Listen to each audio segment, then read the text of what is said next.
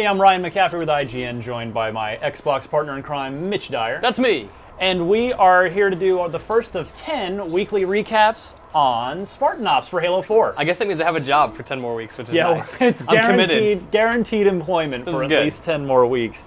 So, of course, Spartan Ops, as most of you know, is the weekly series of downloadable missions for Halo 4, which take place 6 months after the end of the single-player campaign. So, of course, it is highly recommended that you finish the single-player campaign first. Even if you don't, though, it's not the end of the world. It's nothing super spoilery. Not yet. We'll see. Stories, it's taken a little bit to get going, don't you think? Yeah, a little bit. So the first episode opens, they're all going to open with a really, really pretty CG cinematic. Yeah. And this first one introduces us to Crimson Team, to our team of Spartan 4s.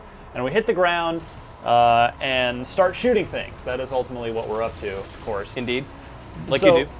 Tell us about Mission 1, Mitch. So the first mission is really simple. I mean, it's a lot of these missions seem to be really segregated into this is the Covenant mission, this is the Promethean mission, and the Yes. first one is very much, hey, you should kill a bunch of these Covenant, blow up some sites, and then drive around in a Wraith. It's really simple. You fight a bunch of waves of guys. You have a very simple mission, kind of like the campaign where it's, hey, go blow up 3 things or go activate 3 things. What makes Chapter 1 stand out? It's so confusing. It is. We're going to do this all the time. It's basically, there's almost no reason to ever be on foot. There are vehicles everywhere. They spawn in, they respawn. If you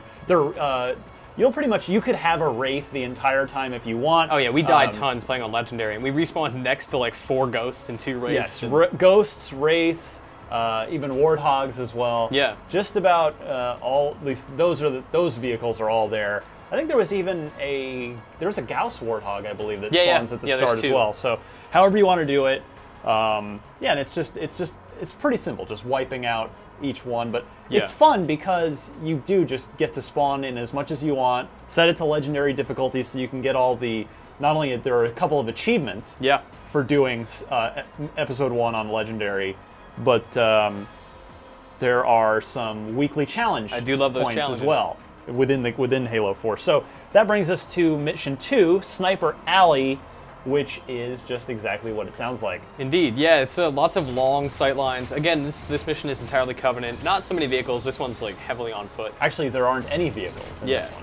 You're mostly just kind of fighting through walkways, activating buttons, taking out turrets, fighting elites with swords, and then the end is kind of where it all culminates, right? Like you have this big valley, and you can get sniper rifles, you can get your the railgun, and there's towers and dudes just coming through that bottleneck. But yeah, between you and this big valley is just a choke point. I love that mission. Which I have every time we've played it, and I've probably played it 3 or 4 times by now. Yeah. Once for the review, once again when the game came out, and then you and I were grinding through it again for the challenge points. Yeah. You know, every time I've hung back with the DMR.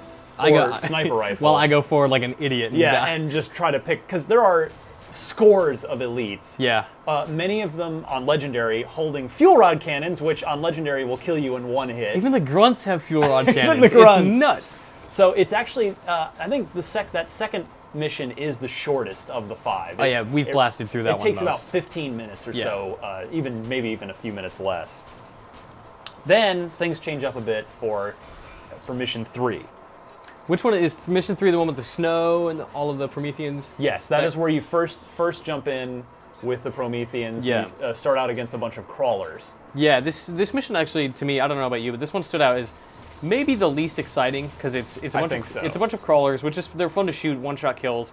But at the same time, it also kind of embodies everything I love about Halo 4's combat, which is there's just watchers everywhere. And they're so annoying, Ryan. On Legendary in particular. But I love the dynamic they add to combat. That said, this mission is a lot of, kill your way through a bunch of crawlers, activate a button, fight some watchers. It's very grindy, and you're just trying to grind your way ultimately at the end to not to the end, but to the top of a structure. And then that's it. So this is just super simple. You get a couple rocket launchers right at the end, but you don't really get to let loose with them. Not really. There's like one more wave. 4 gets a little more fun. That's when it goes indoors. Yes, in the cave. Yes, to a spot where it's night-tastic in there. Yeah, they're everywhere. I mean, that's one thing I like about Spartan Ops is each level is giving you a look at different kinds of enemies, right? Like yes. The first level is a lot of grunts and a lot of elites. The second one is a lot of jackals and a lot of elites. The third one is a lot of watchers and a lot of crawlers, and it just kind of cycles through these enemies, and you go to the night level, and then the final level, which we'll get to in a minute, it's a lot of knights and watchers. It's very sectioned off. It's a lot of, hey, this is the enemies you're going to fight for 10 minutes, and that's it. There's not really a whole lot interesting in terms of how the mission changes, but moment to moment, like each mission is different, is what I'm saying. And what remains to be seen is whether it's designed that way on purpose. Whereas this one being the first episode is really meant to be an introductory thing, and the variety and complexity will ramp up in subsequent episodes. I hope it does, because I think as it stands now, it's a good introduction. It's a couple fun missions. I guess 5 missions. They're all good, and like the story, all of the missions are very simple. We're getting a very basic look at what it is. But having just finished the campaign, rolling into this feels really easy and simple. Even though it is difficult on Legendary, but it just feels really plain.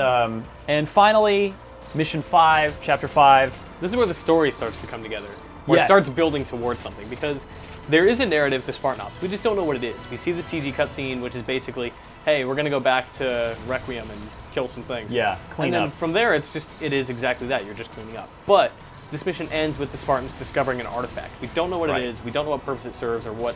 I mean, maybe we do. That wasn't communicated very clearly to me. I don't know what it is. It's also it's geographically the largest of the 5. Yeah, it takes place of the 5 missions across a large space.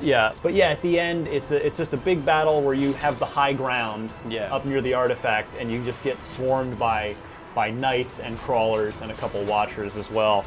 But yeah, the artifact makes it think, okay. Is this going to go anywhere for future episodes? I sure hope so, because otherwise, it's, as you said, it's kind of simple. Yeah, it's a lot of what we already know, but kind of broken into pieces that aren't as exciting as, the Covenant fighting against the Prometheans with you in the mix, which we saw in the campaign. Yeah, so I got to say, I'm most excited for the CG cutscenes at the beginning of each one. They're beautiful, yeah. I'm not even sure I need to play these. I might just watch the CG cutscenes. No, I'm going to play them, because obviously that's... what happens in there ties into the next week's CG cutscene. Yeah.